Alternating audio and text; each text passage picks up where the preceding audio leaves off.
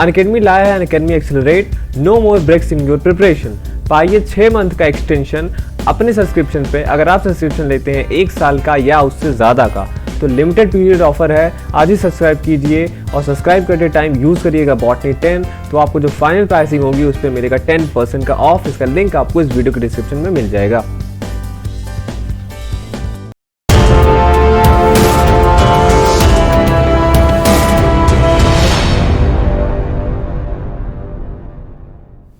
Hello friends, welcome to channel masters of botany. Again मैं हूं आपका दोस्त विनय कुमार सिंह। पिछले वीडियो में हमने आइसोइड्स के बारे में जाना था, जिनका कॉमन नेम किलवर्ड्स था, तो उनके जर्नल फीचर्स और रिप्रोडक्शन हमने देखा था। आज के इस वीडियो में हम बात करेंगे सेलाजिनेला के बारे में। लाइकोपोडियम और सेलाजिनेला दो बहुत ही इंपॉर्टेंट शुरू में जो आप पढ़ते हैं टेरिडोफाइट्स, ये उनमें आते हैं। और आपको पता है कि जो लाइकोपोडियम था उसका कॉमन नेम क्लब मॉस था, और ये जो है इनको स्मॉल क्लब मॉस बोला जाता है, और इसका नाम स्पाइक मॉस भी है। तो बहुत सारी चीज़ें हम पढ़ेंगे इसमें, और मैं आपसे कहूँगा कि लाइकोपोडियम और सेलाजिनेला के बीच में कंपैरिजन आप कर लीजिएगा कि किन किन चीज़ों में ये उससे डिफर है। अब जैसे ये सेलाजिनेला है, ये भी मॉइस्ट कंडीशन और सीडी प्लेसेस पे ग्रो करता है। कुछ स्पीसीज इनके जीरोफिटिक भी होते हैं। आप देखेंगे कि ये जो है ऐसे ड्रायर कंडीशंस में होते हैं, और बारिश के समय में तो अच्छे से हरे भरे रहते हैं, जैसे आप यहाँ पे पिक्चर में देख सकते हैं। नहीं तो एकदम सूखे से पड़े रहते हैं, लेकिन ज़रा सा भी पानी आप उस पर डालेंगे या तो कुछ मौसम नम रहा तो वो फिर से हरे भरे हो जाते हैं। इसी फीचर की वजह से इनको रिसरेक्शन प्लांट्स भी बोलते हैं।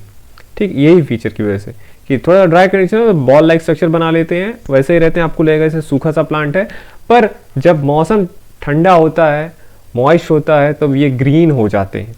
ठीक है, और इसके अंदर 2 सब जेनरा यहाँ भी हैं। जैसे आपने लाइकोपोडियम में देखा था, वैसे यहाँ भी 2 सब जेनरा हैं, होमियोफिलम और हेट्रोफिलम। तो नाम से ही जाहिर है कि होमियो मीन्स सेम और हेट्रो मीन्स डिफरेंट, तो ऑल लीव सिमिलर। होमियोफिलम में ये जो सब जेनरा हैं, सेलाजिनेला एक जीनस है, इसके अंदर बहुत सारे स्पीसीज हैं, और कुछ स्पीसीज जो है उनका सेम फीचर की वजह से तो इस जेनरा को, सेलाजिनेला के जेनरा को 2 सब जेनरा में डिवाइड कर दिया। होमोफिलम जहाँ पे सभी लीव जो होते हैं सिमिलर होते हैं, स्पाइरली अरेंज होते हैं। वहीं हेट्रोफिलम में आप देखेंगे एनाइसोफिली आपको देखने को मिलता है। दैट मीन्स 2 डॉर्सल जो होते हैं, रोज होते हैं, वो स्मॉल लीव के होते हैं, और 2 जो वेंट्रल रोज होते हैं लीव के, वो लार्ज लीव के होते हैं। ठीक, यहाँ पे आप सिर्फ पिक्चर में देख सकते हैं, जो अपर सरफेस पे थोड़ा छोटे छोटे हैं, पीछे वाले आपको बड़े बड़े दिख रहे होंगे वेंट्रल सरफेस पे। ठीक, रूट्स की अगर हम बात कर लेते हैं तो रूट्स एफेमेरल होते हैं, छड़िक जिसे बोलते हैं। कुछ समय के लिए प्राइमरी रूट रहता है, और कुछ ही समय में वो एडवेंटिशियस रूट, जो कि प्राइजॉइड्स जैसे होते हैं, वैसा ही तरीके से वो वहाँ पे रहता है। और इनका नेचर स्टील का प्रोटोस्टेरिक होता है, और प्रोटोजाइलम या मोनार्क या टेट्रार्क हो सकता है, एक्सार कंडीशन पाया जाता है। ठीक, राइजोफोर एक यहाँ पे स्पेशल जो है स्ट्रक्चर पाया जाता है। कई बार पूछा भी जाता है कि राइजोफोर कहाँ पे आपको मिलता है, तो ये राइजोफोर स्ट्रक्चर इनके एरियल जो इनका स्टेम होता है वहाँ पे पाए जाते हैं। इनमें भी जो स्टील आप देखेंगे तो यहाँ पे प्रोटोजाइलम, मोनार्क और एक्सार कंडीशन पाया जाता है। साइंटिस्ट जो है इसके बहुत सारे ओपिनियंस है, और कुछ इनको कंसीडर करते हैं ऑर्गन सुई जनरिस, इसे टर्म दिया जाता है। स्टेम की बात कर लें तो यहाँ पे स्टेम के अंदर रेडियली इलॉन्गेटेड एंडोडर्मल सेल्स होते हैं। आपको पता है ना, तो एपिडर्मिस होता है, कॉर्टिकल रीजन होता है, फिर एंडोडर्मिस होता है, फिर पेरिसाइकिल आता है, फिर आपका स्टीलर सिस्टम आता है। तो ये जो एंडोडर्मल सेल होते हैं, यहाँ पे इसका कैरेक्टरिस्टिक फीचर ये है कि एंडोडर्मल सेल रॉड शेप्ड रहते हैं, और बहुत सारे पूरा एंडोडर्मल सेल रॉड शेप्ड, वहां पे बीच में जगह होता है, स्पेस होता है, तो इनको ट्रेबेकुली बोलते हैं। ट्रेबेकुली आपने देखा होगा मॉस के कैप्सूल में, हमने आपको बताया था। तो यहाँ पे जो ट्रेबेकुली है वो एंडोडर्मल सेल्स के द्वारा होता है। तो यहाँ पे आप स्टेम का आप टीएस काटेंगे तो कॉर्टिकल रीजन अलग होगा और स्टीलर रीजन अलग होगा। बीच में आपको स्पेसेस काफी सारे देखने को मिलेंगे, ट्रेबेकुली से एक दूसरे से वो रहते हैं, अटैच रहते हैं, और ये ट्रेबेकुली एंडोडर्मल सेल्स का ही मॉडिफिकेशन है। लेकिन ये ट्रेबेकुली जीरोफिटिक स्पीसीज में आपको नहीं मिलेंगे, तो ध्यान दीजिएगा। जीरोफाइट अगर आप कोई सेलाजिनेला का स्पीसीज जो जीरोफाइट है, अगर आप उसका टीएस काटते हैं तो वहां पे आपको ट्रेबेकुली नहीं मिलेगा। ठीक, और ये स्टेम जो होता है ये भी प्रोटोस्टेरिक होता है। कुछ स्पीसीज जैसे सेलाजिनेला डेंसा, ओरिगेनो और रुपेस्ट्रिस जो होता है उनमें वेसल्स भी पाए जाते हैं। लीव्स की बात कर लें, लीव जो होता है सेसाइल होता है, माइक्रोफिलस होता है। इनमें लिग्यूल भी होता है जो कि इनको अलग बनाता है लाइकोपोडियम से, और लिग्यूल का बेसल पार्ट जो होता है उसको ग्लॉसोपोडियम बोलते हैं, वो भी आप याद रखिएगा। रिप्रोडक्शन पे आ जाते हैं इसके। यहाँ पे सेला जेनिला में रिप्रोडक्शन वेजिटेटिव सेक्सुअल दोनों टाइप का होता है। वेजिटेटिव रिप्रोडक्शन आपका बल्बिज से हो सकता है, फ्रैगमेंटेशन से भी हो सकता है, डोरमेंट बर्ड्स बनते हैं, ट्यूबर्स एक्सेट्रा से हो सकता है। सेक्सुअल रिप्रोडक्शन पे आते हैं जो कि ज्यादा इलाबोरेटेड है और इसमें ज्यादा इंपॉर्टेंट चीजें हैं। स्पोरेंजिया बनता है और डेवलपमेंट इसमें यूस्पोरेंजिएट टाइप का होता है। तो ये दो चीजें कॉन्स्टेंटली जो है पूछा जाता है एग्जाम में, कौन से टेरिडोफाइट्स यूस्पोरेंजिएट वाले हैं, कौन से लेप्टोस्पोरेंजिएट वाले हैं, या तो कौन से होमोस्पोरस हैं या हेटेरोस्पोरस हैं, वो आप ध्यान रखिएगा। तो सेला जेनिला क्या है कि यूस्पोरेंजिएट टाइप का, इसमें स्पोरेंजिया का डेवलपमेंट होता है, और हेटेरोस्पोरस है दैट मींस माइक्रोस्पोर्स और मैक्रोस्पोर्स यहाँ पे बनते हैं, या मेगास्पोर या माइक्रोस्पोर। ओके, सिंगल स्पोरेंजिया जो है बनता है, ये स्पोरेंजिया जो मैंने आपको बोला ये लीव्स के एक्सिल में बनते हैं और एक ही स्पोरेंजिया बनता है एक लीफ के एक्सिल में। मेगा और जो माइक्रोस्पोरेंजिया होते हैं वो अलग अलग स्पोरेंजिया में बनते हैं। दैट इज मेगा स्पोरेंजिया में मेगास्पोर रहेगा और माइक्रोस्पोरेंजिया में माइक्रोस्पोर रहेगा। स्पोरोफिल्स यहाँ पे कोन या स्ट्रोबुलस बनाते हैं। तो ऐसा नहीं है कि नॉर्मल जो सिंपल लीव्स हैं उसी पे स्पोरेंजिया बन गया, नहीं। जो नॉर्मल लीव्स है वो अलग होते हैं। जो स्पोरोफिल्स होंगे, स्पोर बीयरिंग लीव्स होंगे, वो कॉम्पैक्ट स्ट्रक्चर बनाते हैं जिसे हम कोन या स्ट्रबुलस बोलते हैं। और दोनों टाइप के जो स्पोरोफिल्स हैं ये एक ही कोन के अंदर प्रेजेंट रहते हैं।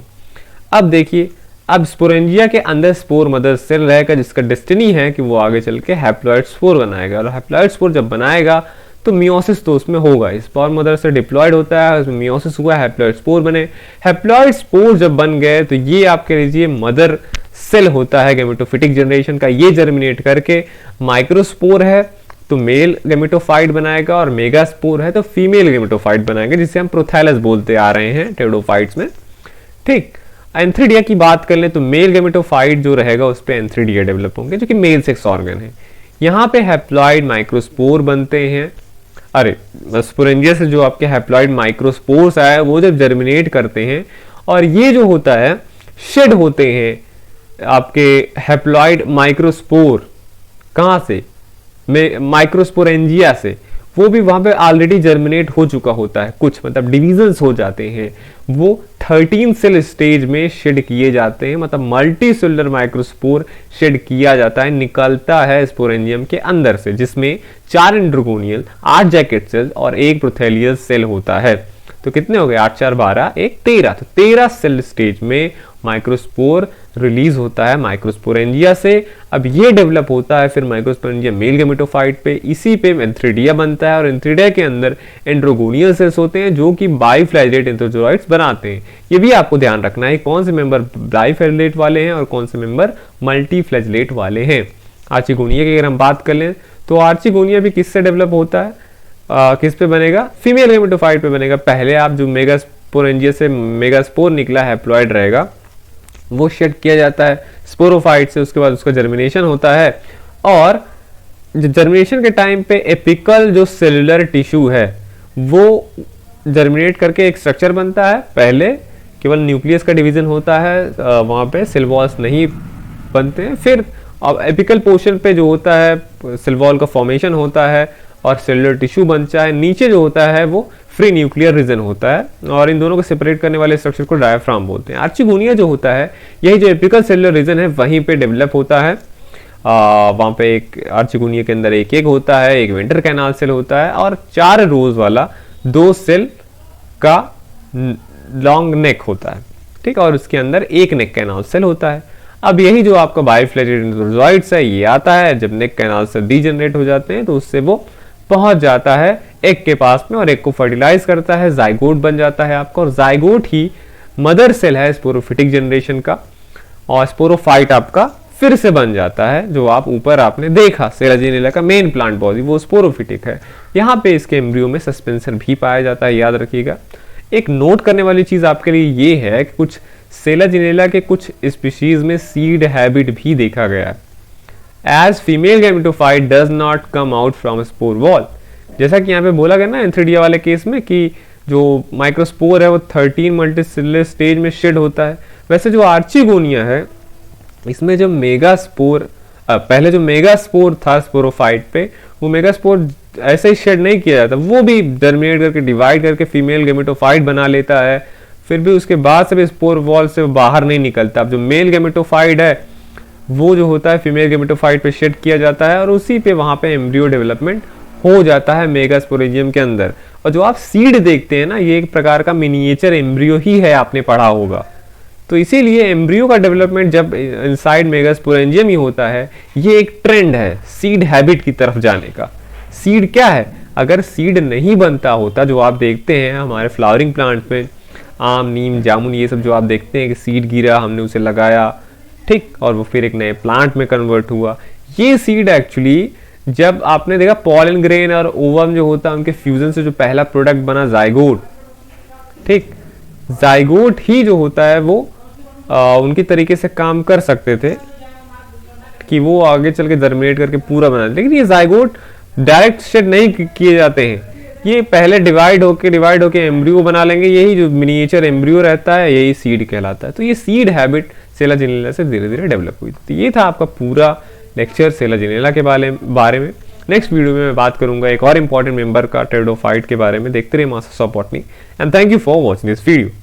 अगर आप प्रिपेयर कर रहे हैं बनारस हिंदू यूनिवर्सिटी के एमएससी बॉटनी एंट्रेंस एग्जाम के लिए, तो प्रीवियस 13 इयर्स के क्वेश्चन पेपर का सोल्यूशन विद एक्सप्लेनेशन, ये बुक आपको बहुत हेल्पफुल होगा। इस वीडियो के डिस्क्रिप्शन में आपको इसका लिंक मिल जाएगा, आप वहां से परचेज कर सकते हैं। और साथ ही साथ अगर आप बहुत सारे MCQ सॉल्व करना चाहते हैं, अप्रॉक्स 10,000 सारे LG, fungi, ब्रायो, टेडो, gymno, NGO, cytology, biochemistry सारे, तो ये बुक आपके लिए बहुत अच्छा है। इसका भी लिंक आपको इस वीडियो के डिस्क्रिप्शन में मिल जाएगा। दोनों बुक आप परचेज कर सकते हैं।